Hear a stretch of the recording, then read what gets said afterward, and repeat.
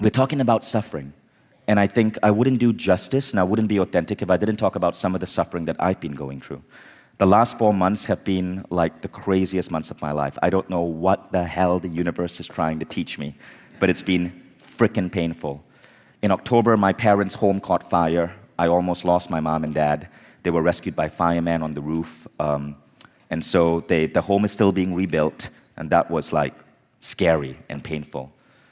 And then a few weeks later, I busted my knee, and I'm now unable to run or jump. I've been in 4 months of physiotherapy, 3 more months to go.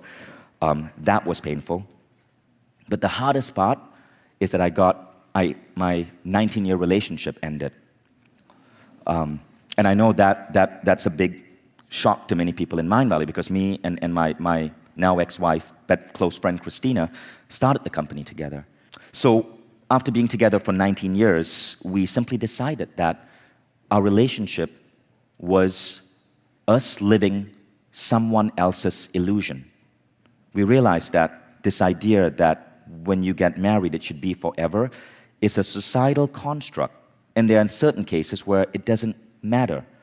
You can come together with someone and celebrate that time together and create great things and then choose to part ways, still with love, but as friends. I realized that my relationship was built on 4 pillars. There was the pillar of love, there was the pillar of friendship, the pillar of being co-parents, and the pillar of being co-partners in a business. Like we literally started Mindvalley together. When I was a meditation teacher in 2003, Kristina was my girlfriend doing customer support. And we started this company together. It was the 2 of us. And so we had those 4 pillars. But after 19 years being together, and we celebrate those 19 years, we found that the pillar of love wasn't solid anymore. And we had tried to mend it. It turned out it wasn't meant to be. But we realized that if we stayed together, and if that pillar completely collapsed, it would take down the other 3 pillars. So we decided to uncouple that pillar of love, but become better friends, better business partners, better parents. So we're becoming neighbors. She's probably like right now one of my closest friends, and I am to her. We support each other in her careers. She's running Mindvalley's divisions in the Russian-speaking world. And she's an incredible woman, and I love her dearly. And in fact, what we found is that it was really interesting. When we decoupled that pillar of love, the other 3 pillars just got so much stronger. And our relationship became so much better. And we became so much better. But the scary part was having to explain that to the rest of the world. She has a mom who grew up in the former Soviet Union, so very traditional. My mom is Indian, so very traditional. In these cultures, marriage is like a big thing. And the end of a marriage is painful, and it's considered failure. And this is why so many people, when they get a divorce, they end up feeling lousy about themselves. They end up feeling like they failed. But there are other models that I think are really relevant. Any of you heard of Conscious Uncoupling? Gwyneth Paltrow popularized it. So we decided to do a Conscious Uncoupling. And a Conscious Uncoupling simply means that we consciously decide to end our marriage. We did that by having a big party, invited 50 of our closest friends. My 11-year-old son, my 5-year-old daughter, they were the ring unbearers. So we took off our ring, gave it to my son, he put it in a velvet bag. I keep that ring, it's a prized possession. And we did it with joy. I wanted my kids to see people lit up and celebrating and happy. And my mom was there. It was harder for her. She was crying.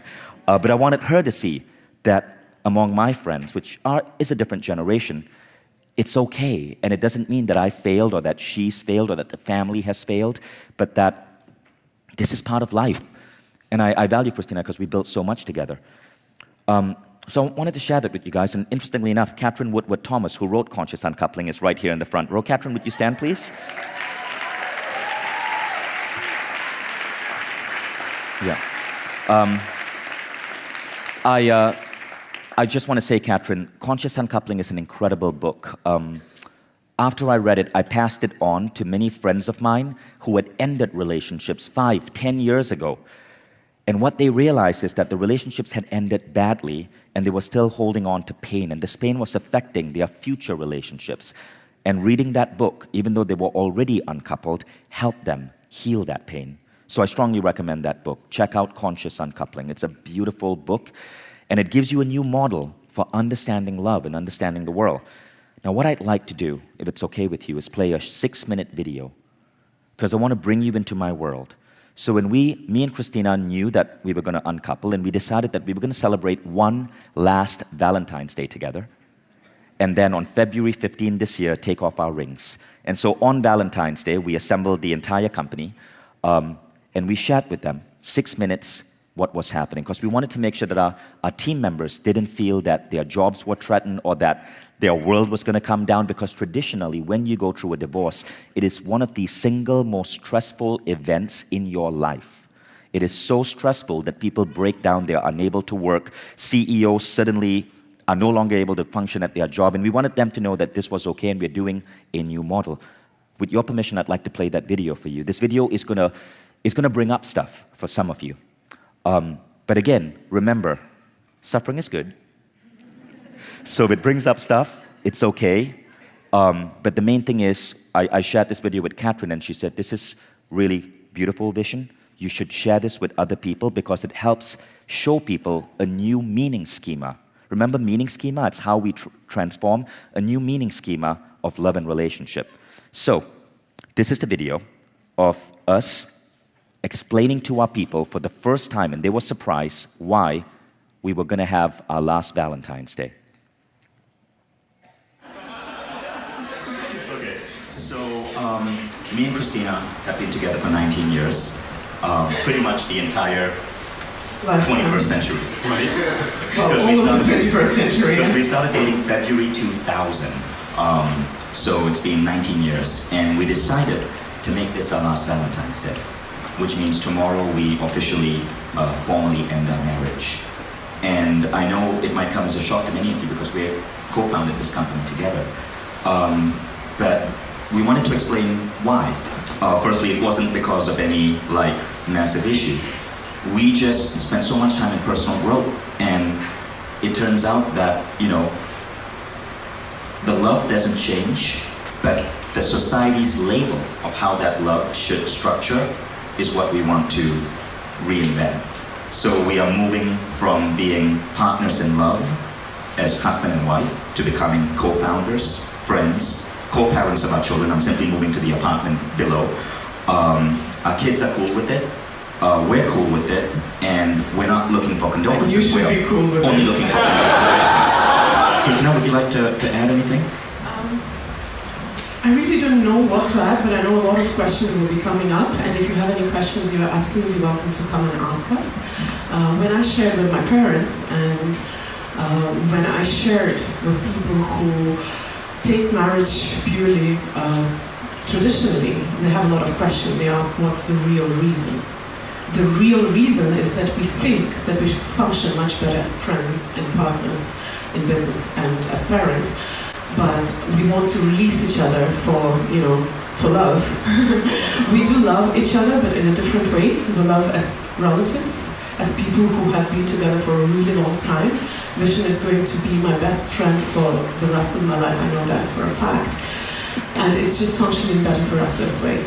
So the real reason is that we chose that as our path. There is no other reason. You might be trying to look for that, but there is no other reason.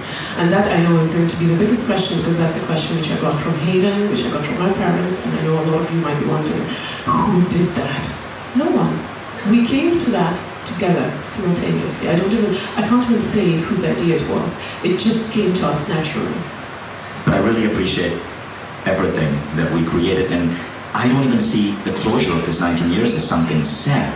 In fact, I think I'm freaking proud that we've been together 19 years. That's 2 decades. And in that time, we created this company. We brought all of you guys together.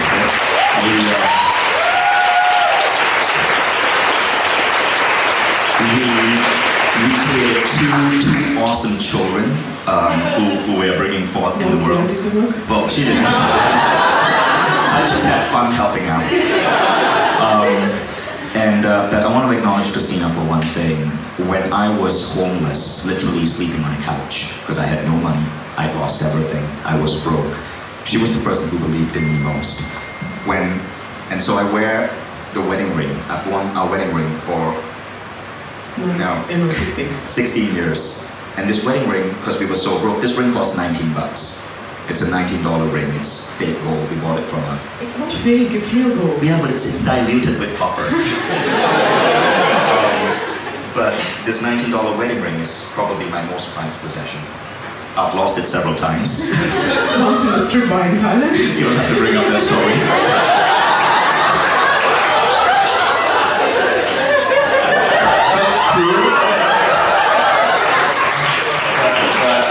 Tomorrow, today's the last Valentine's Day. Tomorrow I officially take it off my finger, and I'm going to put it in a very safe, protective put it in a, like a Lord of the Rings. Yeah, I do that. Yeah. So anyway, we are doing a unwedding ceremony on Saturday. And honestly, we invited our closest friends, who turns out is pretty much Mindvalley people.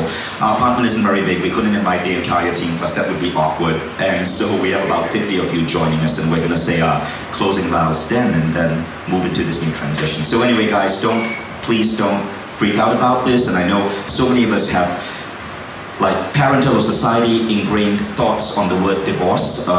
That's not how we're looking to see it. So, from my part, what I say, I don't see it as an end of something. I would like to quote this lady, I don't remember her name, but the one who wrote that book that you gave me. She said that we should not appreciate the value of a relationship by the time that it has lasted. We should see the value of a relationship, but by what kind of transformation has happened to the people throughout this relationship. So I would say that in the 16 years together, or 19 years together, we probably have lived a few lifetimes of a lot of traditional couples who don't have the bloody courage to just say that it's ended. So I don't see it as an end of something. The 16 years that we were as a family, they're still there. Nothing changed. We are just releasing one part of our relationship which stopped working. So I'm not losing anything. So I'm gaining the person who is going to be so much closer to me for the rest of my life, and I'm just releasing one part of this relationship which has stopped working, and it just happens sometimes. So we don't see it as an ending, we see it as the beginning of a new phase. And we wanted to celebrate one last Valentine's Day together before we decided to do this.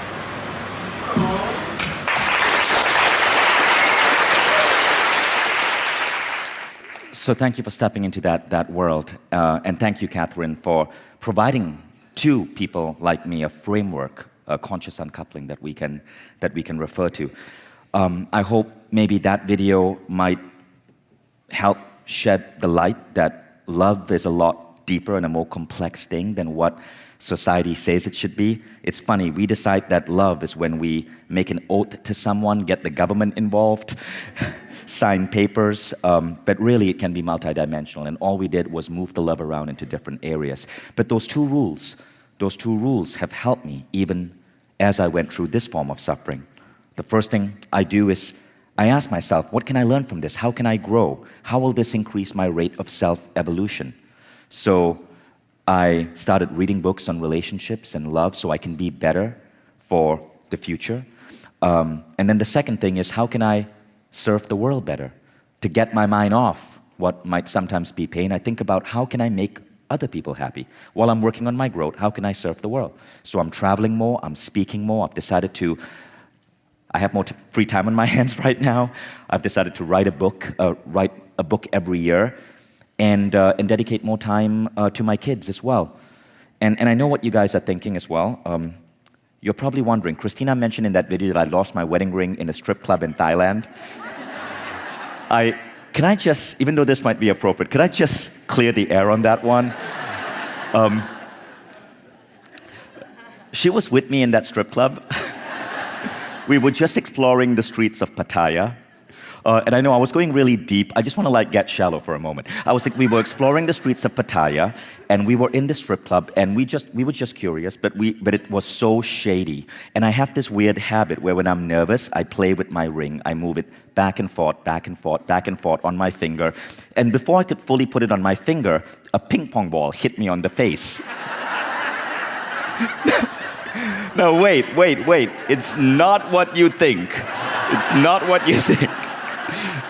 They were a group of American sailors in the bar. They had brought ping pong balls and they were tossing it around. It was these one. So this sailor stands up and says, "Hey buddy, toss that ball back to me." So I pick up the ping pong ball and I toss it, not realizing that my ring goes flying with the ball.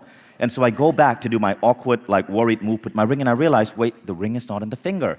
So I'm like, oh shit.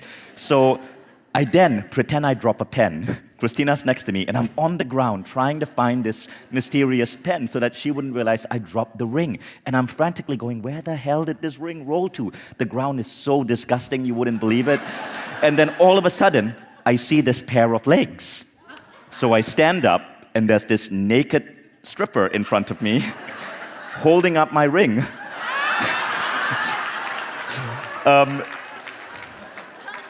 And she goes, "Hello, sir, you trying to marry me?"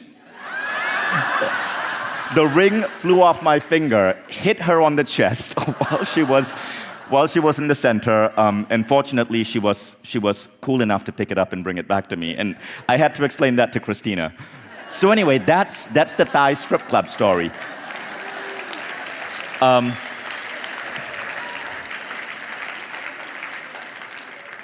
You see why I didn't want this recorded? So anyway, I feel like when I get too deep and spiritual, I just feel weird about it, and I got to come back to like talking about strip clubs and ping pong balls. So thank you, everyone. I hope you enjoyed that story. I'm here for the next 2 days, and I'll see many of you guys at the Mingler tonight, and have a wonderful reunion.